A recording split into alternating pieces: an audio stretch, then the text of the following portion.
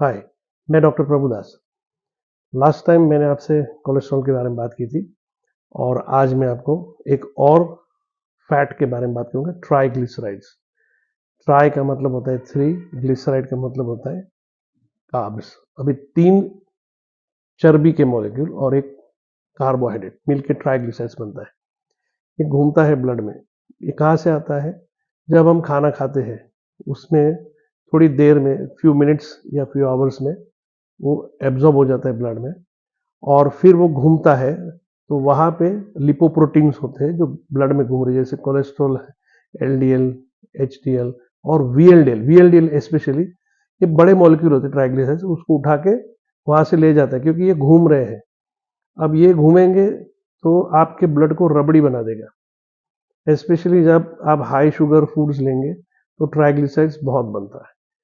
इसके लिए ये उसको वहाँ से ले जाने के लिए, ब्लड में से ट्रांसपोर्ट करने के लिए वीएलडीएल उसको उठा के, वेरी लो डेंसिटी लिपोप्रोटीन से उठा के लेके जाते हैं। कहाँ ले जाते हैं? लिवर के पास, कि भाई इसको आप रखो, ये ऐसे ऐसे घूम रहे, कहीं नैरोइंग ज्यादा रहेगा, वहां जाके रबड़ी घुस गई तो अपने को प्रॉब्लम हो जाएगी।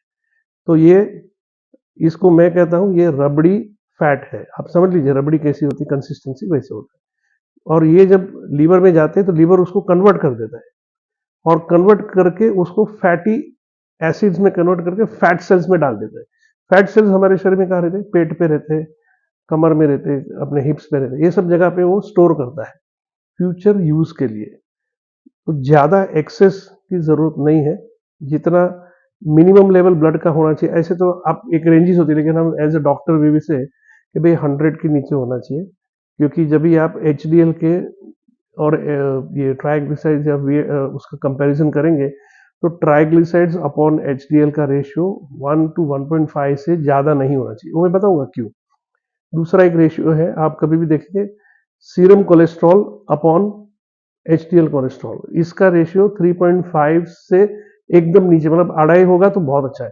ये क्या दिखाता है? ये दिखाता है आपके ब्लड वेसल्स के अंदर एथेरोस्क्लेरोसिस हुआ है कि नहीं। ये सबसे इंपॉर्टेंट है।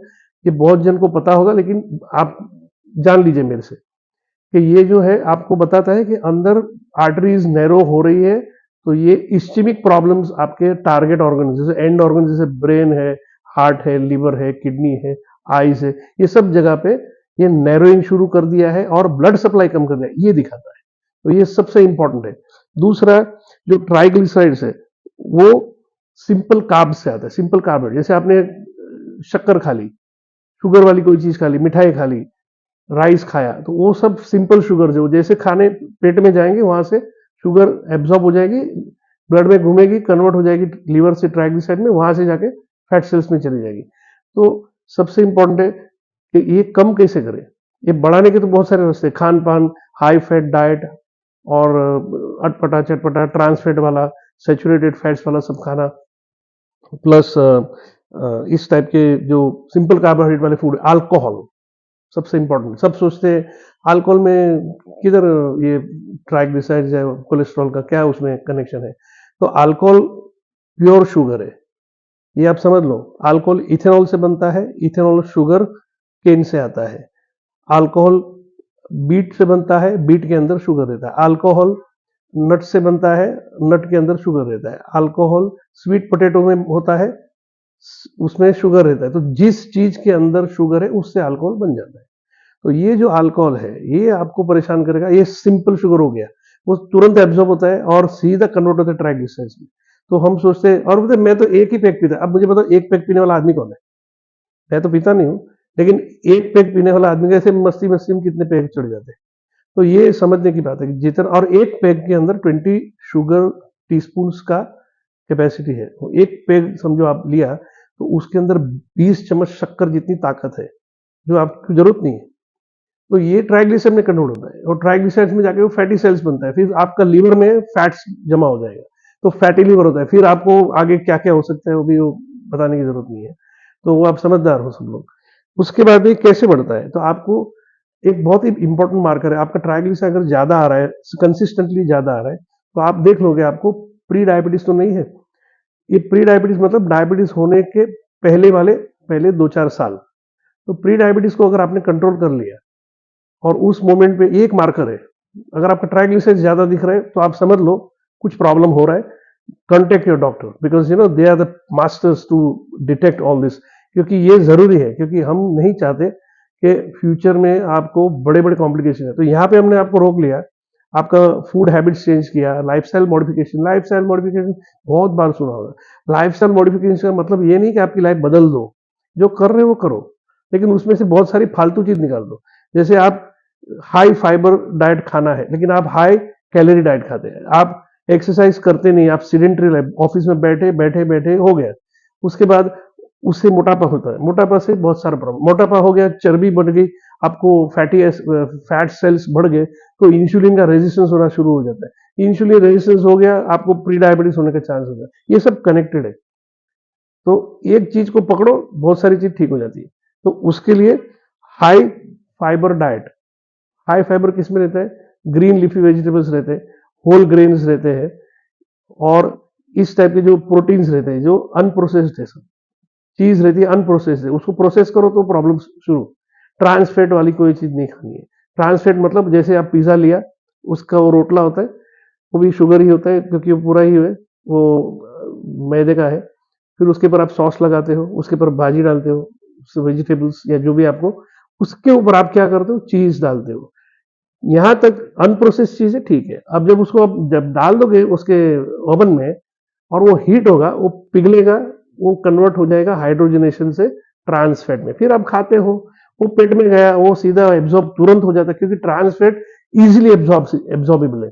मतलब जैसे शुगर में आप एक शुगर मॉलिक्यूल है, उसमें ग्लूकोस प्लस फ्रुक्टोस, तो ग्लूकोज भी एब्जॉर्ब होगा, फ्रुक्टोज भी एब्जॉर्ब होगा, लेकिन ग्लूकोज यूज हो जाएगा, फ्रुक्टोज जाके लीवर के पास बैठ जाएगा, भाई मेरे को संभालो। अब ये फ्रुक्टोज शुगर जमा होते होते कन्वर्ट होते हैं फैट्स में, तो ये जब आपको फैटी लिवर हो गया, आप कभी भी सोनोग्राफी रिपोर्ट्स पढ़ेंगे तो उसमें लिखा रहेगा grade 1 fatty liver, grade 2 fatty liver. ये सब अवॉइड करना है, ये नहीं होना चाहिए, क्योंकि ये एक एक चीज से कितने सारे प्रॉब्लम होते हैं। तो उसका हाई फाइबर डाइट। दूसरा है high intense interval training, HIIT। इसमें क्या होता है, एक एक्सरसाइज है, यूजुअली अगर आप किसी को बोलो रोज आधा घंटा एक्सरसाइज करो, कोई नहीं करता है। करना क्या है, आपको इंटरवल में हाई इंटेंस, जैसे अभी आप 10 मिनट आप इंटरवल ले लो, 10 मिनट का एक्सरसाइज ले लो, आपको खड़े खड़े 20 सेकंड्स तक जॉगिंग करना है, उसके बाद 20 सेकंड्स के बाद आपको बैठ जाने का, फिर आप हैंड मूवमेंट्स एक्सरसाइज करिए, जो भी सिंपल एक्सरसाइज है वो करिए, वो आप करिए 40 मिनट, उसके बाद एकदम रुक जाइए, नॉर्मल सांस लीजिए, let the heart rate come down with in 1 minute, फिर आप खड़े हो जाइए 4-5 मिनट के बाद, फिर ये आप जॉगिंग करिए 1 मिनट 20 सेकंड्स, फिर 40 सेकंड्स आप रूटीन एक्सरसाइज, हाथ मूवमेंट, हैंड मूवमेंट, कमर हिलाओ, ये सब करिए, खड़े रह के भी कर सकते हैं एक्सरसाइज, बैठ की जरूरत नहीं है। उसके बाद आप 2 to 3 मिनट्स तक उसको हार्ट रेट को नीचे आने दो, ऐसे करके 3 या 4 बार ये साइकिल्स में आप करेंगे, उसको HIIT बोलते हैं। इससे क्या होता है कि आप जो आधा 1 घंटा एक्सरसाइज, वॉकिंग, जॉगिंग करोगे, वो 10 मिनट में आपका काम हो जाएगा, आपका जो कैलोरी बर्न है वो फटक से होता है। तो ये याद रखिए, हाई इंटेंस इंटरवल ट्रेनिंग, ये बहुत जरूरी है। उसके बाद में जैसे बताया डाइट, उसमें आपको फ्रूट्स जो है वो कौन से खाने हैं और कौन से नहीं खाने हैं। अब जैसे फ्रुक्टोज जिसमें ज्यादा है वो फ्रूट मत खाइए, जैसे आप हाई फ्रुक्टोज फ्रूट्स है, वो है मैंगो है, बनाना है, ग्रेप्स है, पाइनएप्पल है, वाटरमेलन है, ये सब आप 50 ग्राम्स पर डे के हिसाब से, उससे ज्यादा मत खाइए, क्योंकि वो एब्जॉर्ब डायरेक्ट शुगर हो जाता है और बाद में प्रॉब्लम्स क्रिएट करता है। और दूसरा फ्रूट कौन सा है जिसमें कम है, जो आप खा सकते हो, येलो मेलन है, फिर आपका स्ट्रॉबेरी, एवोकाडो है, और फिर आपका टोमेटोज है, टोमेटो फ्रूट है, वो सब्जी नहीं है। तो ये जो चीज है आप करेंगे तो आपका ट्राइग्लिसराइड्स बहुत जल्द कंट्रोल में आ जाएगा। और फिर और सब मेडिसिन है, जैसे उसका नाम तो मैं भी नहीं ले सकता, लेकिन ओमेगा 3 फैटी एसिड बहुत अच्छा रहता है, वो ब्रेन के लिए भी बहुत अच्छा है। दूसरा है नायसिन, नायसिन करके एक B3 विटामिन है, वो बहुत जरूरी है, जो ये सब कम करता है, वो फ्रूट्स में रहता है, नेचुरल एवोकाडो है, पोटैटो है, स्वीट पोटैटो है, स्ट्रॉबेरी, इसमें रहता है, तो आप वो थोड़ा कंज्यूम कर सकते हो। फिर आपको चाहिए ये कम करना है तो थोड़ा सा दालचीनी लीजिए, थोड़ा सा आपका अर्जुन का जो छाल है उसका पाउडर, ये पाव चम्मच मिक्स करके उसका काढ़ा बना के, चाय बना के, या सबसे बेस्ट अर्जुन का जो जो लेना है उसका, एक्चुअली आपको अगर गुण चाहिए तो थोड़ा सा, मैं तो ऐसे नहीं बोलता घी खाइए, लेकिन हल्का सा पाव चम्मच घी में पाव चम्मच डालिए, उसको थोड़ा गर्म करिए, गुनगुना करिए और उसको पी लीजिए, तो उसका इफेक्ट ज्यादा होता है। लेकिन इतना दाने जितना, इतना इतना मत लीजिए, उससे उल्टी होती है। तो ये जो कंट्रोल करने का है, क्यों करना है, क्योंकि ये रबड़ी जब घूमेगी कहीं ना कहीं जाके ब्लॉक हो जाएगी। ट्राइग्लिसराइड्स को आप रबड़ी समझिए कि जैसे रबड़ी खा रहे हो वैसे जाड़ा जाड़ा आपका ब्लड होता है। जैसे आज आपने रबड़ी खाया, कल आपका ट्राइग्लिसराइड चेक करो, वो बहुत बढ़ जाएगा।